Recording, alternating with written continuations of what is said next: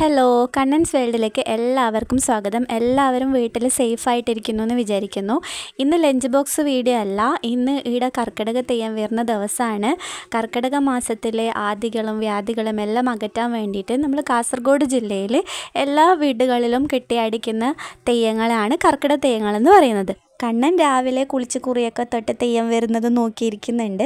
പിന്നെ തെയ്യം വന്നു കഴിഞ്ഞാൽ ഭസ്മം കലക്കിയ വെള്ളവും മഞ്ഞൾപ്പൊടി കലക്കിയ വെള്ളവും നമ്മൾ തിരിയിട്ടിട്ട് ഒഴിഞ്ഞു മറിക്കും. അതൊക്കെ നേരത്തെ റെഡിയാക്കി വെച്ചിട്ടുണ്ട്.